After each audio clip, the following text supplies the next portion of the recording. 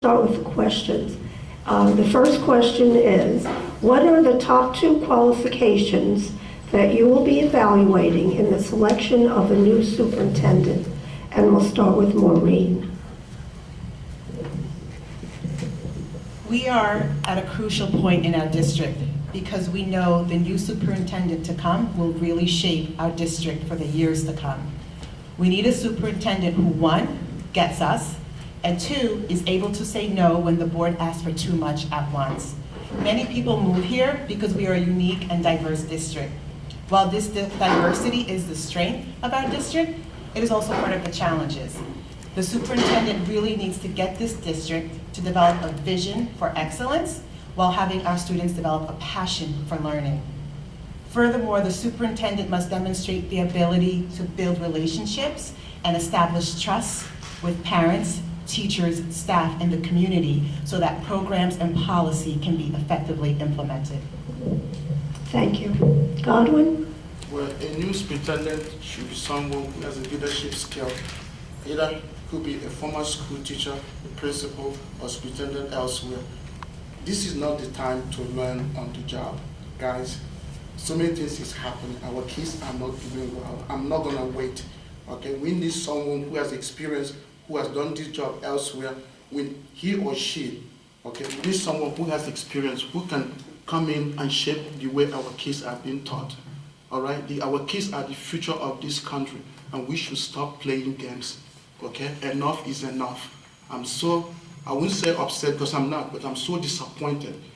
A new superintendent is someone who is able to communicate, okay, bridge the difference between cultures. You'll be surprised. This is one of the best community to live in, but we have so much problem. Kids come home and teachers, the board, nobody listens to them. Parents will send emails, you don't get reply back. I've been to several times to middle school because my daughter came home and I said, what happened?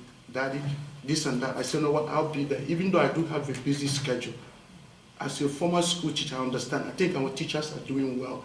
The administration needs to support them. So coming in as a new superintendent should be someone who listens, have skills to handle our problems. Okay, it could be, I don't care, male, female.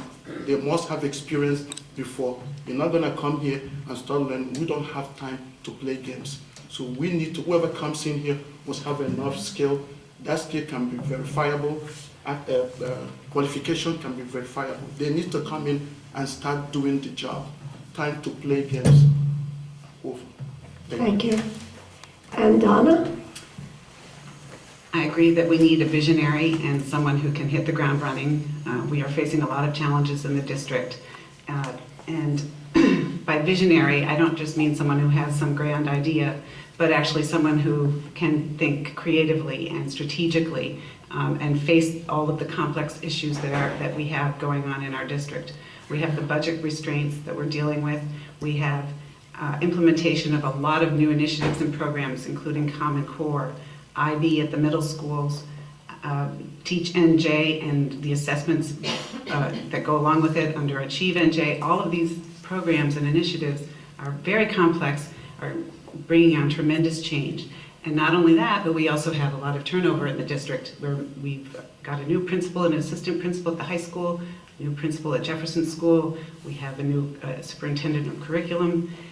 All of these changes require someone who also is a good manager and who can take charge of all of these vast changes that we're experiencing now.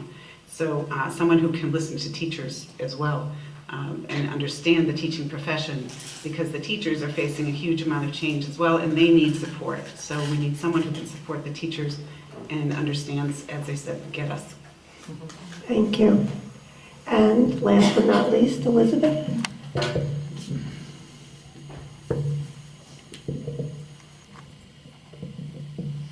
We need a superintendent who's the total package, an educational leader with great management skills, who knows finance, someone who will listen and create a collaborative atmosphere at all levels of our district and in all of our schools. But there are 2 qualities that I would like us to focus on in the search. We need someone who can build and grow a leadership team and someone who will support the development of great teachers. With respect to leadership teams, it is essential that our next superintendent is someone who knows that he or she does not know everything, and that he or she cannot do it alone. We're too large a district, and great teaching, great schools require collaboration and strategic coordination at every level. We also need a superintendent who is committed to professional development and the mentoring of teachers, particularly new teachers, as we are having turnover and we are having growth in our enrollment. Professional development is not something that we should be doing just a few days a year. Professional development and great teaching are something that should be woven into the fabric of every day of life in our schools. This is how we'll build capacity, this is how we'll increase consistency, and how we'll reduce anxiety both amongst teachers and parents. Thank you. Thank you. And now for the second question. What specific steps will you take as a school board member to involve more fully parents of color and parents who are foreign-born and of limited English proficiency? And we'll start with Godwin. Thank you. If you look at the makeup of our community, there are people from different parts of the world. So multicultural training, cultural sensitivity is very important. If we understand each other's culture, trust me, we can bridge the gap. You know what that means? We can get along. We see what makes other culture different from us. We see what makes them angry, and we can be able to deal with that. So that's very important. I think administration and teachers should undergo cultural sensitivity training. Physicians, we do go. Before you get your license, the board requires you to take a test online. So why can't administration and teachers do the same? Okay? But Israel Hospital, where I do most of my procedure, you people from all over the world, and I have to deal with them. Cultural sensitivity training is very important. And you know what it does? Bridge the language barrier. A typical example is, if you look at Hispanic culture, bilingual, we need to get somebody who speaks their language. You can't send material home in English, knowing that the parents can't speak English. You know what that means? They felt very uncomfortable. The parents are no longer empowered. So we need somebody who, the school have to provide that. Somebody who the parents can pick up the phone and call and say, well, listen, my child can't understand, didn't understand the homework, so they should have language line. We have them in the hospital. We have them in the hospital. Okay, so those are the stuff that needed to move things around. We have to get along. We have to educate our children. Parents and teachers have to work together.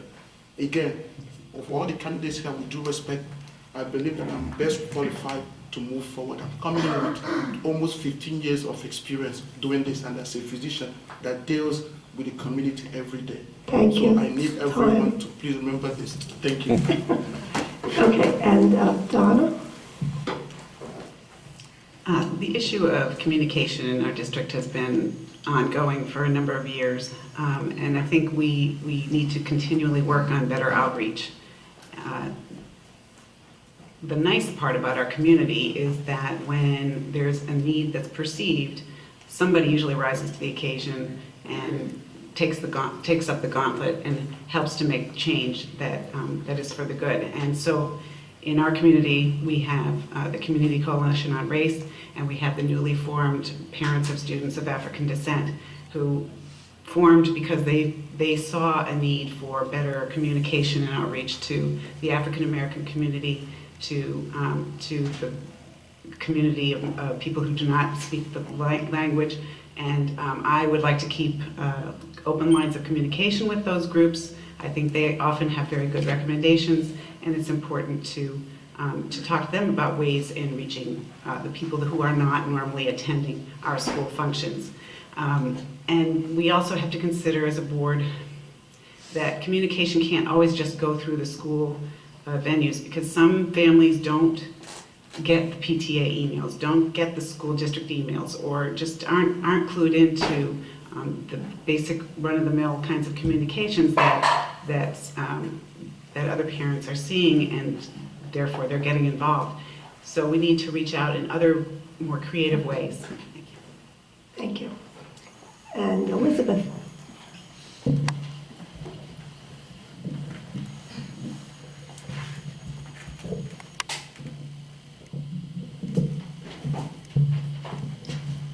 think there are several steps that we should take to welcome fully parents of color and foreign-born parents into the life of our schools. First, I agree that we need cultural competency training for all our staff and teachers. Many of us, including myself, were drawn to Maplewood and South Orange because of the diversity in our towns. But diversity presents challenges, and despite good intentions, people without training talk past one another, miss opportunities, misunderstand, and close doors. We need to make sure that our staff and teachers have the communication skills and tools to effectively work with all parents, to build trust, and to reach all kids in the classroom. I also think that it's very important that our school leaders are extra sensitive to how they enforce policies and rules in our schools. Inconsistency in how we treat one another undermines trust, undermines collaboration, and leaves many parents and families feeling left out. Finally, I would support the creation of a parent ombudsman, a person whose role it is to provide clear information, especially about children and families' rights and how the processes work.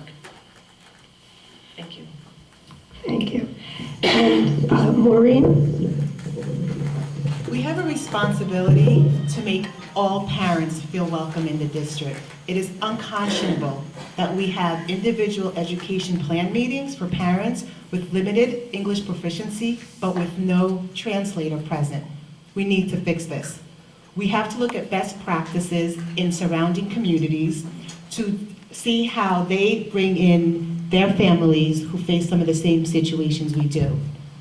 If we pride ourselves on being a diverse district, then it should be reflected on how we communicate with our families.